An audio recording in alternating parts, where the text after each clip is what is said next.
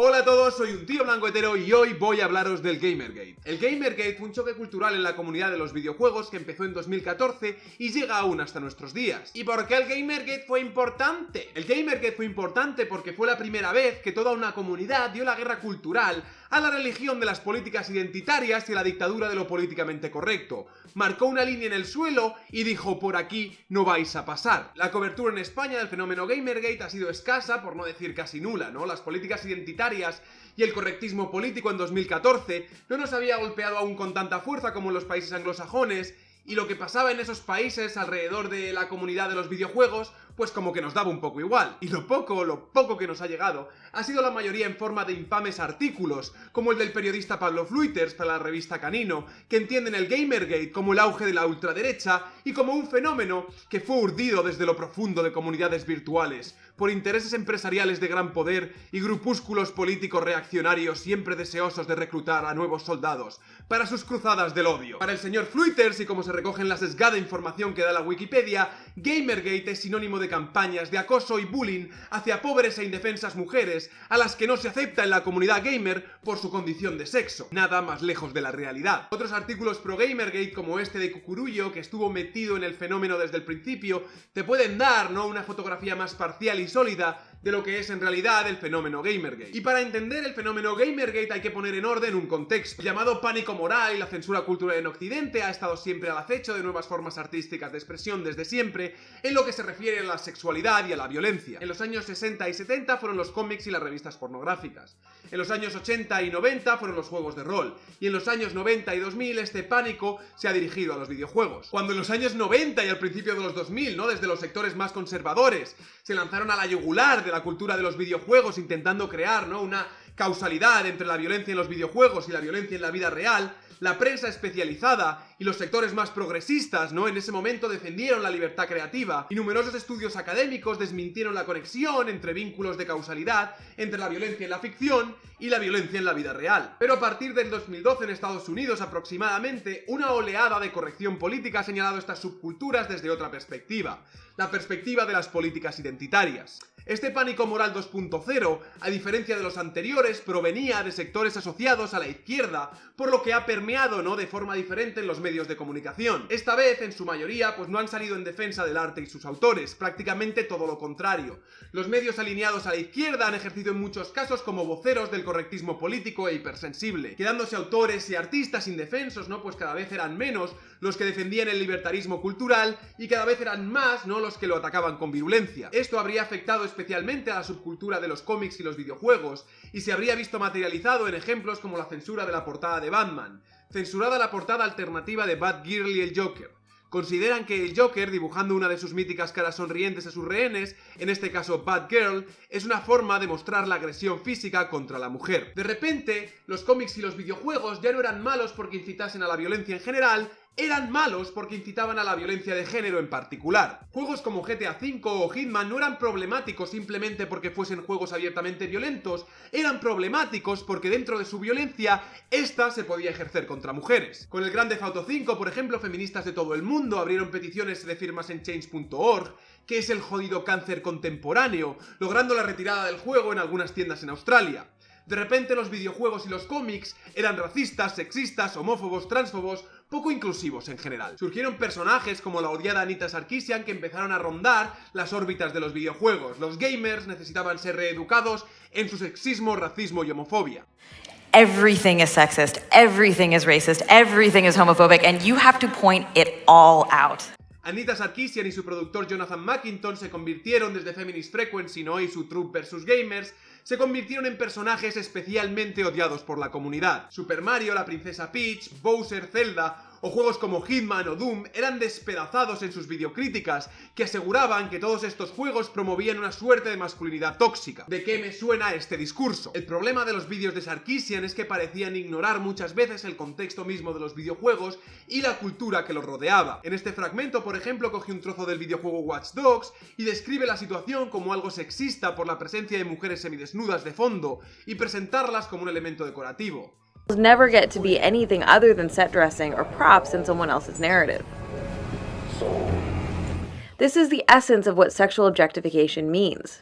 And since that concept is at the heart of the women as background decoration trope, let's take a moment to define it. Ignorando que el contexto de la misión del videojuego, de hecho, era detener una red de tráfico de mujeres. Un ejemplo similar sucedía con su crítica al videojuego Hitman Absolution, en el que el jugador se ponía en la piel de un asesino a sueldo y confundía la posibilidad de matar a unas strippers en una misión que tiene lugar en un club de striptease con la incentivación del juego para matarlas. So in summary, this is how Anita Sarkeesian's video deconstructs the representation of women in popular media. She takes a game where you are actively discouraged from killing innocent civilians. Then, because one mission out of 20 involves a strip club, of which only about 2 parts out of 7 are actually in the strip club, and of that only a few % involves the erotic dancers, almost every second of which was used in her video. Then, because no one who actually plays the game kills the dancers, because you get penalised for doing it, she then presumably goes and kills the dancers herself and drags their bodies around so she can claim this. The player cannot help but treat these female bodies as things to be acted upon, because they were designed, constructed, and placed in the environment for that singular purpose. Players are meant to derive a perverse pleasure from desecrating the bodies of unsuspecting virtual female characters. Now, we're going to walk past these 2 women doing their makeup. One of them eventually walks toward the area that we're going to go, so we have to watch out for her.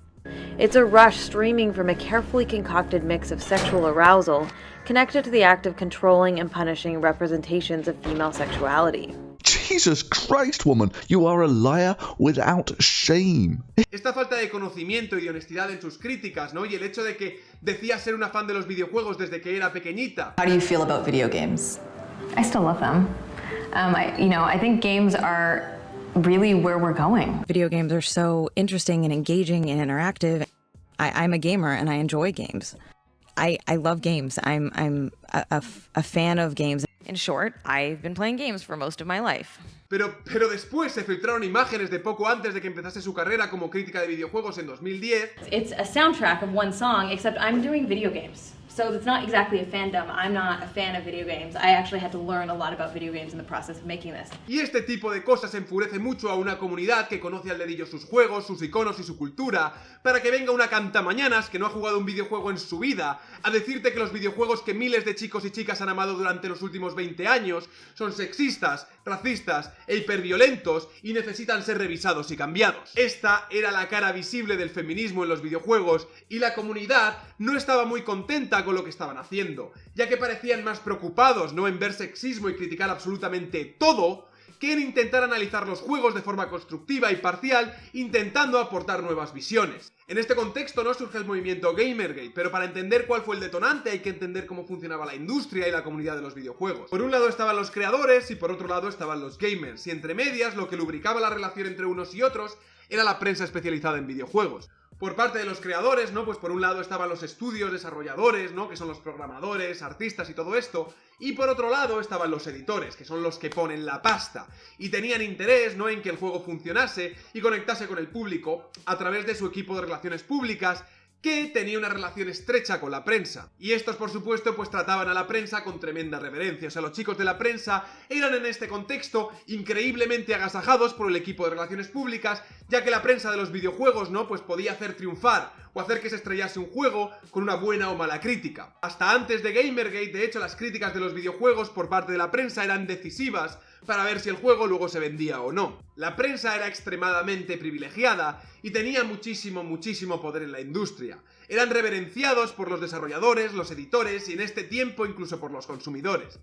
Esto, por supuesto, dio lugar a algunos casos de colusión. Uno de los más sonados, ¿no?, fue aquel en el que un periodista de GameSpot llegó a ser despedido por hacer una mala review del juego Kane & Lynch, cuyos desarrolladores, Eidos, invertían muchísima pasta en publicidad en la misma página de GameSpot, donde este señor hizo su crítica negativa. El conflicto de intereses era claro, y esta regulación entre la prensa y los desarrolladores todavía no estaba muy regulada para evitar este tipo de cosas. O sea, la prensa eran los niños de papá de la industria en este momento. En este contexto, el detonante de Gamergate vendría por el conocido Zowie Post. Aaron Johnny escribió un post sobre Zowie Queen, que era una desarrolladora independiente, ¿no?, que había creado un juego que se llamaba Depression Quest, que era uno de estos juegos como de temáticas sociales en las que simulabas tener una depresión, un coñazo, ¿no?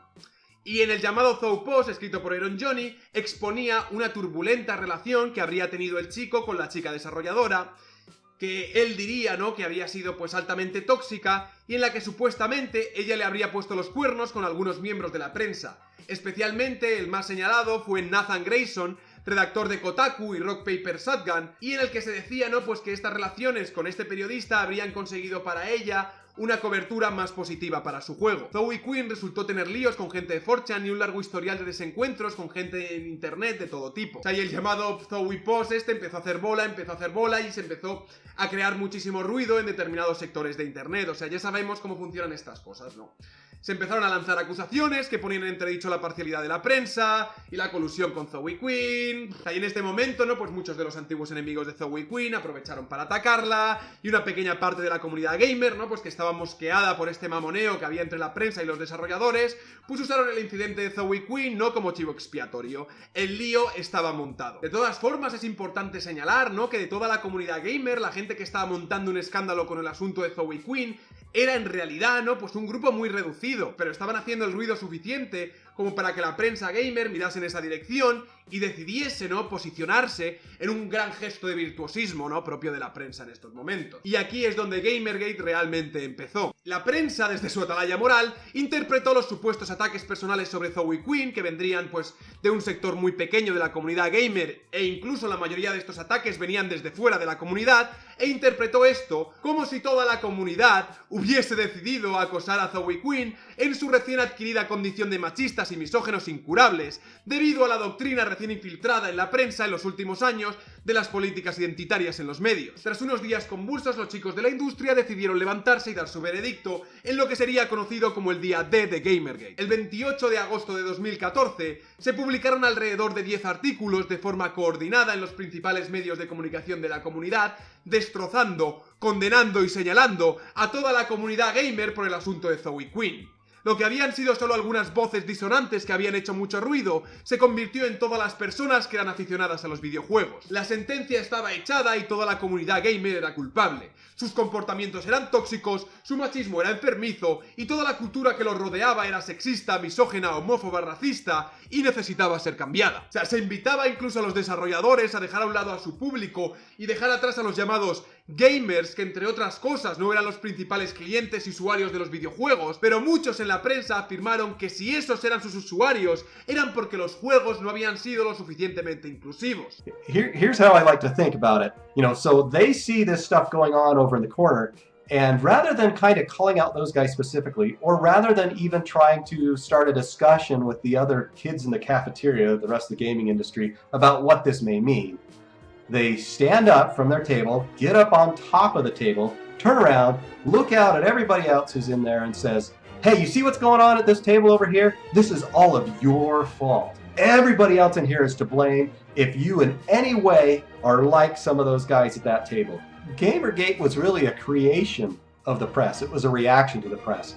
Los grandes bloques de la prensa especializada se coordinaron el mismo día para lanzar un ataque múltiple dirigido al núcleo de su audiencia. Sexismo, misoginia y acoso online. Tiempos horribles para considerarse un gamer. La muerte de los gamers y las mujeres que los mataron. Una guía para terminar con los gamers. Los gamers no tienen que ser tu audiencia. Los gamers han terminado. Como diría Liana Krasner más adelante, ¿no? O sea, decir que los gamers no tenían que ser tu audiencia en el mundo de los videojuegos es como si un escritor de una revista del motor, ¿no?, le dice a la compañía de automóviles que los conductores no tienen por qué ser sus clientes. Todos fueron juzgados con la misma vara de medir. Los llamados gamers se convirtieron en mala gente. La comunidad era sexista, misógena y acosaba por las redes a pobres e indefensas desarrolladoras independientes como Zoe Quinn o desinteresadas críticas culturales como Anita Sarkeesian. La comunidad era egoísta y se sentía atacada por la creciente presencia de mujeres. No tenían nada que ver con la ética del periodismo, ni con la colusión entre medios, ni con la creciente imposición de la cultura de lo políticamente correcto fundada en ideologías identitarias. Era todo pura misoginia. Eran los llamados Seedlords, ¿no?, de extrema derecha. Hombres blancos heterosexuales que reptaban por los sótanos de la casa de sus padres, que no querían compartir su comunidad con el resto de razas, sexos u orientaciones sexuales. Y por una vez, la gente a la que se estaba atacando con total impunidad, la gente a la que se les estaba llamando sexistas y misógenos en relación a las conductas de terceros, que en muchos casos, ¿no?, ni siquiera pertenecían a la misma comunidad, Por una vez dijo, podéis subiros aquí y pedalear. Los gamers no se tomaron bien eso de que se les metiese a todos en el mismo saco. La vasta mayoría eran chavales callados y simpáticos que simplemente disfrutaban jugando videojuegos. La revulsión en las redes sociales no tardó ni un segundo en aparecer y así surgió el hashtag Gamergate que marcaría el fenómeno. Arropados por la mayoría de medios especializados y grandes medios de comunicación como el New York Times, personajes como Anita Sarkeesian se pasearon por todas las televisiones y programas populares para vender la idea interesada y manipulada de lo que era Gamergate para ellos. La victimización era rampante y descarada. I think that that is a sort of compelling way to reframe the fact that this is actually attacks on women. Like, game ethics in journalism is not what's happening in any way. It's actually men going after women in really hostile, aggressive ways. That's what Gamergate is about. It's about like terrorizing women for being involved in this industry, for being involved in this hobby. Eso era Gamergate, ya está. La narrativa esta de Pablo Fluiters y Anita Sarkeesian y de gente así, ¿no? La narrativa de que el Gamergate es igual a acoso se empezó a desmontar, ¿no? Cuando se investigó desde una plataforma feminista contraria al Gamergate, la Woman Action Media, y se descubrió que solo un 0,66% de los supuestos mensajes de acoso que se habían lanzado tenían conexión con los Gamergaters. Y parece, ¿no?, que para un movimiento cuyo único objetivo es acosar mujeres, un 0,66% es como un número un poco bajo, ¿no? Porque lo que no entraban a considerar es que dentro de los pro Gamergate había hombres, mujeres y personas de todas las razas y orientaciones sexuales. So why is Gamergate so important to me? Seeing good friends of mine get labeled as misogynist, sexist, racist, only for enjoying video games and seeing through this very obvious agenda pushing 100% fuck no. Otras personalidades como Christina Hoff Sommers e incluso Camille Paglia salieron en defensa del movimiento Gamergate, al que la prensa estaba destrozando y mal representando, mientras conseguía rating altos de audiencia y empujaba su agenda basada en las políticas identitarias. And these cultural critics started to attack the gamers and tell them that their games were sexist and that they were contributing to the rape culture. And the gamers were not like the young men at the Ivy League. The gamers fought back. This became known as Gamergate. The press has completely misunderstood it and defamed the gamers. They were just defending a hobby that they love. And I made a video about them in my Factual Feminist series and defended the gamers, and then they started to call me based mom. And I am a mom, and being based means being sort of authentic, genuine, no nonsense, and cool, so that's good. And so I'm sort of based mom on Twitter. I've been talking about you and sending out your things. They call you based goddess. Oh, for heaven's sakes. So, fantastic. So La sensibilización con los temas relacionados con los videojuegos y el sexismo, o la sexualización de los cuerpos de las mujeres, de repente se disparó. Hordas de ofendidos profesionales empezaron a hacer sus trabajos en las redes, inspirados por la batuta del Feminist Frequency y personajes como Macintosh o Anita Sarkeesian. Sarkeesian aceptó su papel de víctima profesional y explicaría en televisiones, acudiría a multitud de eventos y paneles cobrando grandes cantidades de dinero, explicando lo que era ser una víctima de Gamergate y lo terrible que era el acoso online. El ratio de likes y dislikes de este espacio en el que interviene nos puede dar una pista de cuál es la aceptación popular del discurso de Anita Sarkeesian y de por qué en su canal de YouTube tienen los likes y dislikes desactivados. Y estoy seguro, ¿no? Estoy seguro de que hubo mensajes de odio hacia ella y de que gente la acosaba e incluso la amenazaba. O sea, esto es algo horrible y cada vez que sucede debería ser denunciado e investigado. Pero es algo a lo que te expones en internet de una forma u otra. De hecho, muchos mensajes anti-Gamergate podrían haberse considerado así. No quiero ofender a nadie, pero sería divertido si cada persona que tuitease #Gamergate se ahogase. Yo soy el que mandó amenazas de muerte a Gamergate porque el mundo estaría mejor si todos ellos se cayesen dentro de un volcán. Si alguien merece llevarse la bala de un policía en el pecho, esos son los subhumanos de Gamergate. Todo este #Gamergate me está poniendo malo. Lo siento, Gamergaters, vosotros sois el problema. ¿A quién le importa si se os acosa a vosotros también? Creo que todas las mujeres pro Gamergate deberían tener abortos obligatorios. #GameSievers. ¿Cómo de estúpida eres para alinearte con estos hombres? ¿Fuiste violada durante tu infancia? Parad Gamergate 2014. Esto es un poco borde y hablo por mí, pero pienso que sería divertido jugar con una piñata con los cuerpos de hombres blancos heterosexuales que estuviesen colgados. Si ser gamer fuese una raza, entonces es momento para otro holocausto.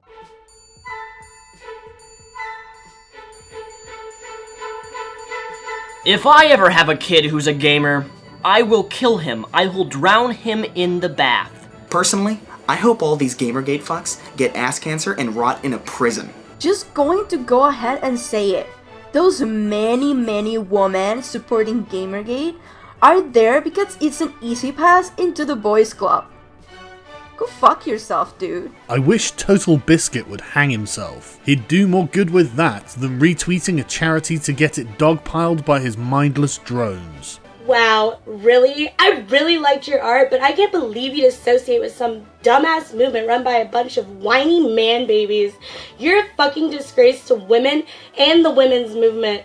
And I hope one of those men you seem to worship and suck up to so much will beat the shit out of you so you can come to your senses. I am not apologizing for my belief that GG supporters should be skinned alive and their teeth pulled from their roots. Pretty much why I want GG and everyone in it to burn, to be brutally honest. The fuckers can't be considered human anymore. Ultimately, Gamergate is reaffirming what we've known to be true for decades. Nerds should be constantly shamed and degraded into submission. If anyone supporting Gamergate was ever bullied as a child, congratulations! You deserved it.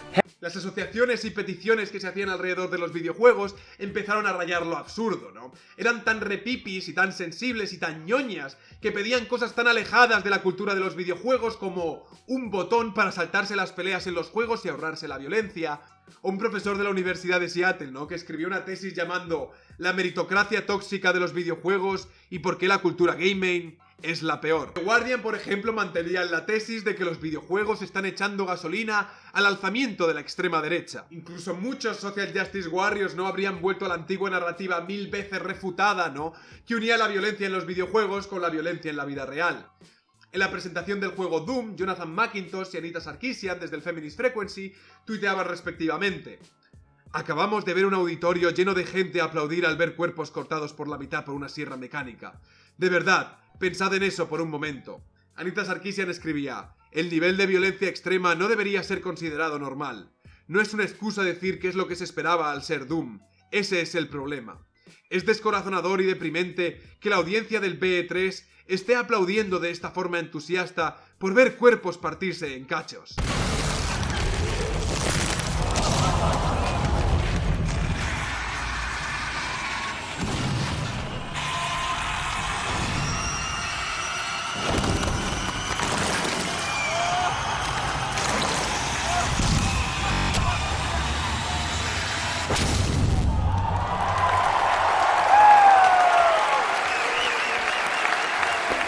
Y mirad el ratio de likes, dislikes, ¿no? O sea, este es el problema.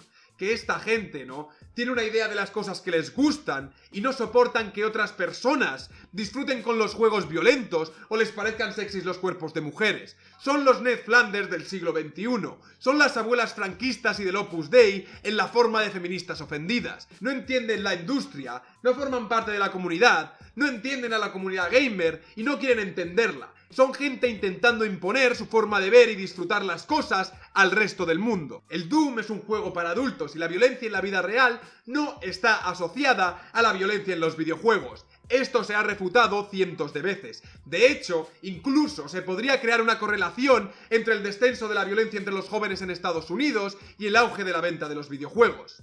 Son tan infantiles en sus críticas que ni siquiera siguen un discurso consistente, sino que están movidos por una agenda basada en ideologías más que en el razonamiento o en puntos de vista críticos. Por eso muchas veces su discurso endeble se solapa, ¿no?, con el de aquellos que consideran como enemigos ideológicos. En este artículo, por ejemplo, desde la revista Polygon, uno de los más críticos con el Gamergate y que más empujaban políticas identitarias en los videojuegos, se quejaban de que el gabinete de Donald Trump en 2018 había vuelto a poner sobre la mesa la violencia entre los videojuegos y la vida real.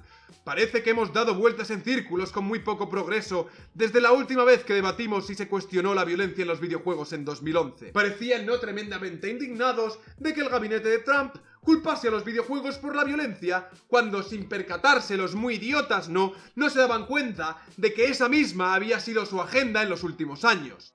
¿Están los videojuegos haciendo daño a tus hijos? 2017.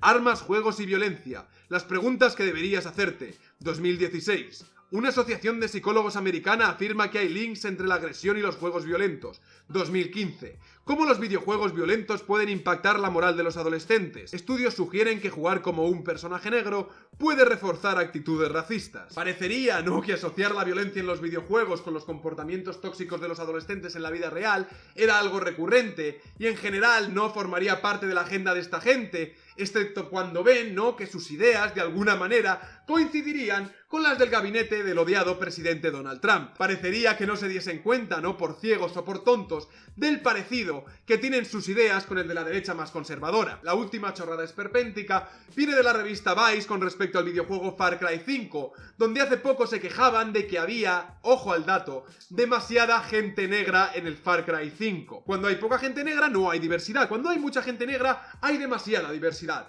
No hay manera de contentar a esta gente. Lo que esta gente quieren ser son ofendidos profesionales. Cualquier cosa que no les ofenda no les interesa. Y la realidad es que desde 2014 el poder de la prensa moralista especializada en videojuegos ha descendido una barbaridad. En definitiva, Gamergate sirvió para bajar del pedestal a la prensa especializada y para hacerles saber a los creadores de videojuegos que su público estaba con ellos. Gamergate le mostró a muchos desarrolladores que se puede plantar cara a las imposiciones de los medios y la comunidad les apoyaría. PlayAsia, HoneyPop, Kingdom Come Deliverance, en esos casos se plantaron cara y fueron defendidos por Gamergate y sus ventas se incrementaron. Gamergate fue el primer reducto de resistencia hacia la religión de las políticas identitarias y la dictadura de lo políticamente correcto. Los gamers fueron los que más hostias se llevaron, pero los que resistieron y se levantaron contra el bullying de una prensa moralista infectada por la crítica cultural de los ofendidos profesionales. Gamergate creó una fuerte comunidad online y en las redes sociales de gamers y youtubers que formaron una alianza sólida y que a día de hoy aún siguen dando la guerra cultural al correctismo político de la religión de las políticas identitarias. Gamergate señaló el camino para todos los que vinimos detrás, para mostrarnos que luchar contra el sinsentido y el bullying de los ofendidos profesionales era posible, que se podía plantar cara a aquellos que usan la compasión por las víctimas, las minorías y los oprimidos para decirte cómo tienes que actuar y cómo tienes que pensar, y no solo que se les podía plantar cara, sino que se les debía plantar cara. Gamergate nos enseñó a no disculparnos, Gamergate nos enseñó a que se podía y se debía defender la cultura que amamos y nuestras convicciones morales ante los ataques de aquellos maniqueístas que solo ven su bando y el bando del enemigo, de aquellos que pedían que se pegase puñetazos a nazis sin aclarar que para ellos nazis agrupaba a todos los que no piensan como ellos. Gamergate debería ser el ejemplo para muchos de nosotros que nos animase a señalar al rey desnudo, como diría Alonso DM, para poder levantarnos y decir que no mola nada que la gente te clasifique en base a atributos arbitrarios, que no tenemos que soportar que la gente te insulte de forma gratuita, te desprecie o te intente avergonzar por tus ideas, por tu color de piel, por tu sexo o por tu orientación sexual, y sobre todo que cuando hablas desde la honestidad y la razón, la gente se pondrá de tu parte. Soy un tío blanco hetero, dale like si te ha gustado el vídeo, compartid y suscribiros al canal. En el próximo vídeo hablaré de lo que nos ha llegado del Gamergate a España, del Gaming Ladies y ya por fin de los espacios seguros. Dejo un link en las fuentes para un libro que ahonda en la historia del Gamergate por si os apetece, ¿no?, adentraros un poco más y enteraros bien de cómo fue exactamente todo lo sucedido. Pido perdón porque me habré dejado mazo de cosas. Esto da para una puta serie documental. Considerad este vídeo como una pequeña introducción, una especie de Gamergate para tontos. Un saludo y hasta otra. I think the word religion is the right word here, because there's kind of a central dogma in identity politics, and that is that you are defined not by your behavior, not by your character, but rather by your demographic identifiers. And then the religion of identity politics goes on to say that the more rare your particular instances of demographics are, the more oppressed you are, and hence, more righteousness within the religion you can assume. Conversely, the more commonplace are your demographics, the more oppressive you are, and hence the more evil secretly resides in your very existence. To me, this is very much like original sin. If you just happen to be born into a majority position within that religion of identity politics, you are automatically sinful, right? Your behavior doesn't really matter. That's what they mean by privilege. It's your position. You're just born into it. My explanation for what happened here is that Gamergate was a consumer-led revolt against the religion of identity politics.